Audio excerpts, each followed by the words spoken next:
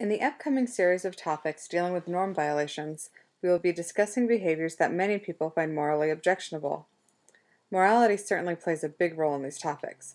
If there wasn't this subjective concern, they wouldn't be social problems, would they?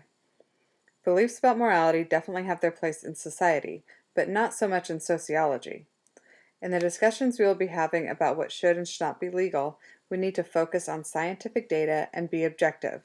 In other words, you should think like sociologists. Because we are so accustomed to the rules and the way things are, we often overlook some of the reasoning, or lack of reasoning in some cases, that determines what we as a society define as illegal. These next few chapters are especially interesting because they highlight the rather arbitrary nature of where we draw the line between legal and illegal behavior. Like how legislators have determined that a 16-year-old is responsible enough to drive a car, but not responsible enough to make their own decisions about having sex. Or that an 18-year-old can get married, join the military, vote, and smoke cigarettes, but can't drink alcohol. I personally am fascinated by the nuances that change an act or substance from legal to criminal. I hope you will enjoy exploring these topics too. Social problems related to sexual behavior, alcohol and drugs, violence, crime, and criminal justice all involve the violation of social norms. Norms are the rules or codes of conduct that a society sets for itself. They can range from folkways, right versus rude, to mores, right versus wrong, to taboos, really wrong. One common folkway states that if a person is entering or exiting a room directly behind you, you ought to hold the door for them, especially if you are male and they are female. Another directs us to wait until everyone is served to begin eating. Mores are more serious and reflect society's moral beliefs such as stealing, adultery, and battery. The mores that a society determines to be most important become codified into laws. Taboos, which are almost always illegal, are norms that, when violated, bring about a feeling of disgust or anger in members of the society. Examples of taboos include incest and child pornography and child prostitution. Chapter 3 focuses on two violations of social norms related to sex: prostitution and pornography. In the not-too-distant past, homosexuality was also a topic that would have been covered in this chapter. However, with growing scientific evidence that homosexuality is not a choice, but a genetic predisposition, it has come to be widely accepted as a sexual identity rather than a deviant activity. Now we discuss this topic primarily as a part of gender rather than deviance.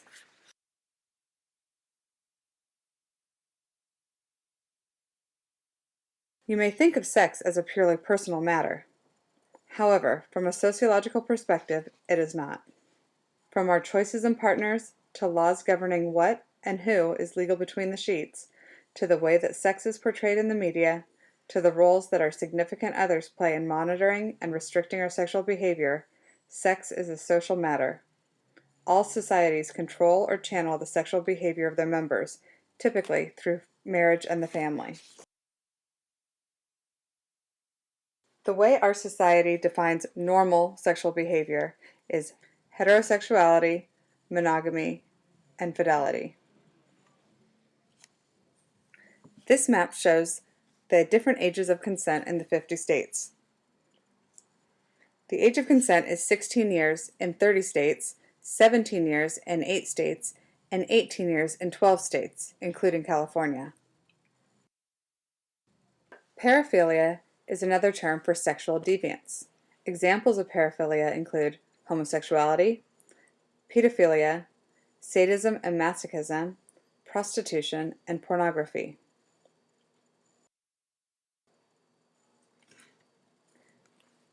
During the 1950s and 60s, sex was portrayed in a much different way in the media than it is today. For example, couples, even married ones, slept in separate beds on TV, as in this example from I Love Lucy. There was no sex at all in movies, only innuendo. The mention of birth control was even considered obscene. Even a risque magazine like Playboy wouldn't run condom ads back in the 60s.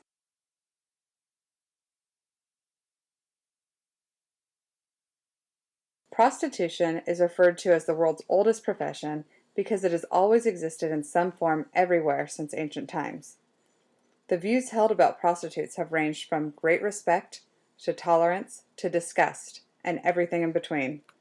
These views in turn have affected the laws surrounding prostitution. Currently in the United States, prostitution is only legal in parts of Nevada. From a functionalist perspective, prostitution serves many social functions. The first and most obvious is that it satisfies the sexual needs that are not met elsewhere. By meeting these needs, prostitution also acts as a means of controlling sexual behavior, in that it channels sexual desires away from unwilling women. According to the text, in Latin countries, prostitution is seen as a necessary evil that keeps hot-blooded Latin men away from pure and innocent women. In any situation where there is a product or service that people want, and the sale of that commodity is prohibited by law, a black market will emerge to satisfy the demand. Black markets are based on symbiosis, mutually beneficial relationships. In this relationship, the provider, or prostitute in this case, benefits by making an income, while the purchaser, or the John or client, benefits by receiving sexual gratification. Another player in this relationship are those who are responsible for suppressing the activity, law enforcement. Not only does the black market provide them with a job, after all, what would cops do if there was no crime? But corrupt officers can also enjoy a lucrative side business of collecting bribes and payoffs from those who operate within the black market. Feminism emerged from conflict theory, and within feminist theory there is a split when it comes to the issue of prostitution. Some feminists view prostitution as the exploitation and degradation of women for the benefit and pleasure of men. Others believe that a woman has a right to choose her profession and sell her body. In both cases, women are seen as being oppressed by men, either in terms of how they are treated and portrayed, or in terms of having their rights infringed upon. There are many types of prostitutes, and they are ranked in a hierarchy. At the top are call girls, followed by house prostitutes, bar girls, and streetwalkers.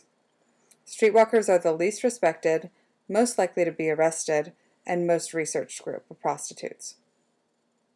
Gigolos, or male prostitutes who service women, are so rare that they could practically be considered mythological, right up there with unicorns. Males are a small minority of prostitutes, and of those, almost all of them service other men. When looking at the lives that prostitutes led before entering the life, we find several commonalities. Half of them were victims of rape, and another 33% experienced other sexual abuse. Most were sexually active at a very early age, usually around 13 years old. Many women were emotionally deprived as children or victims of abuse and neglect. This abuse weakens the familial bonds and makes them more susceptible to being lured away by a pimp, who gains the trust and devotion of these young girls by initiating the relationship as a love interest or boyfriend. Many girls came from broken homes, dropped out of school, and have a record. Like their female counterparts, homosexual prostitutes are ranked in a hierarchy. At the top are the escorts and models, then the bar hustlers, followed by the street hustlers. Some identify as heterosexual, or gay for pay.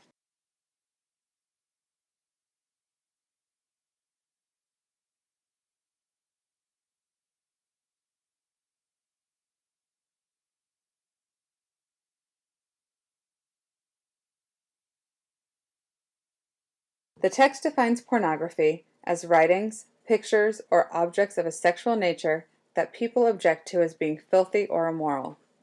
However, in real life, determining what is or is not porn is very difficult. Americans spend over $10 billion a year on adult products. This is an obscene amount of money. Ha ha ha. This includes books, magazines, movies, phone sex, live shows like strip clubs, and sex toys. This figure is about the same as the domestic box office receipts for all Hollywood movies. More money is spent at strip clubs than at Broadway theaters, regional theaters, and the symphony combined. Technology has had a huge effect on pornography. Peep shows have moved out of small shops into the home through home video and cable TV. Profits from pornography have shifted from seedy movie theaters and bookstores to video stores, hotel chains, and Fortune 500 satellite and cable companies. By 1979, hardcore porn accounted for 75% of all video sales. Porn is said to be responsible for the successful launch of the VCR. The internet now dominates the adult entertainment industry and vice versa. Only just recently did social networking bypass pornography as the #1 use of the internet. The Supreme Court has ruled that obscene speech is not protected by the First Amendment.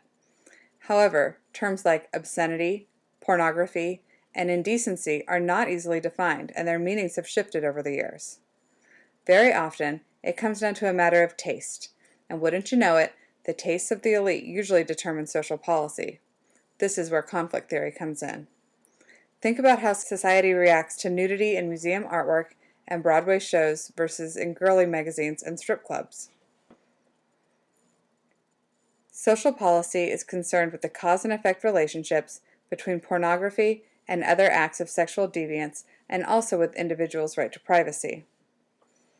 Those who wish to restrict or outlaw pornography base their beliefs on the trigger theory. The Meese Commission on Pornography concluded in 1986 that nearly all pornography conveyed degrading images of women that encouraged violence against them.